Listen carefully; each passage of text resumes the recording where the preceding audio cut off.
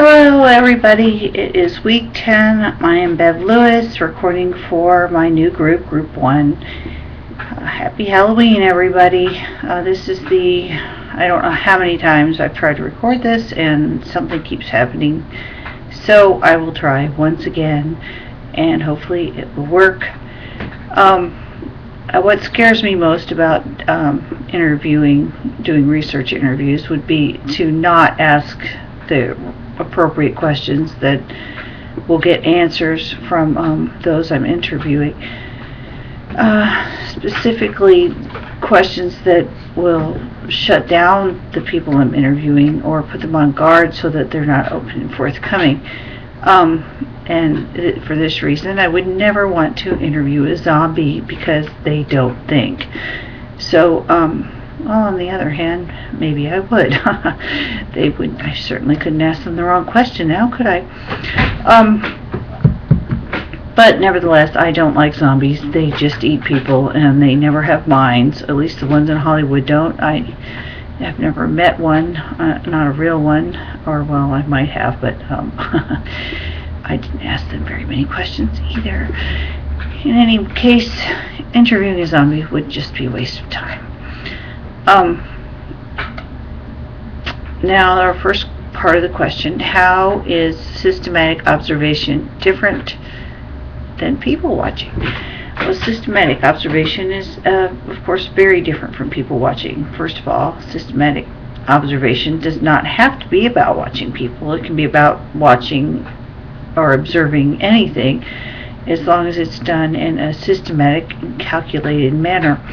A researcher uses an unobtrusive means of keeping track of observable behaviors using a scoring or a coding system. Whether observing people or lab rats, the coding system should not interfere with the natural process that's being observed. The idea is to be unobtrusive so that the act of observing does not alter the environment being observed. When systematically observing people, this may include a list of particular behaviors or characteristics to be on the lookout for, and can include a number of variables depending on the subject matter being researched. The key here is to make certain that the coding system can be reproduced and limits the factors that are inclined to subjective interpretation. The example in the reading was about watching people in bars, and the list of observables was reproducible, except for the fact that the separate researchers evaluated the ages of the people they were observing differently. So there is a good example of something that is subject to personal interpretation and variable for that reason, and not necessarily reproducible. So this does remind us that we need to be aware of personal bias when conducting systematic research and setting it up. The way it's put in this reading is, know thyself.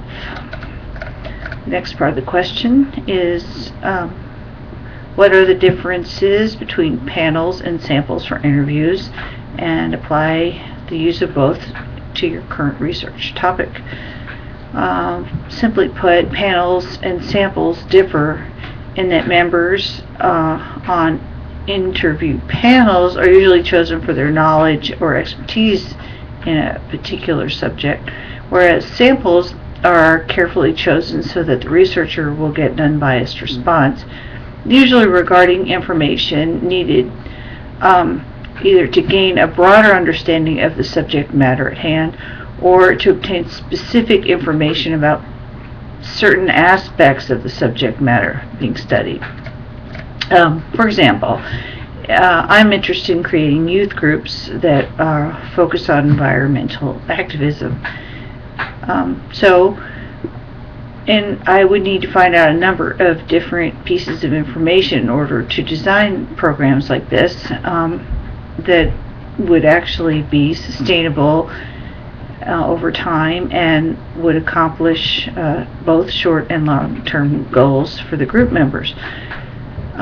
In order to do this, I could gather a panel of teachers to find out what the kids are learning, so that the subject matter would be relevant and current. Or I could also develop a questionnaire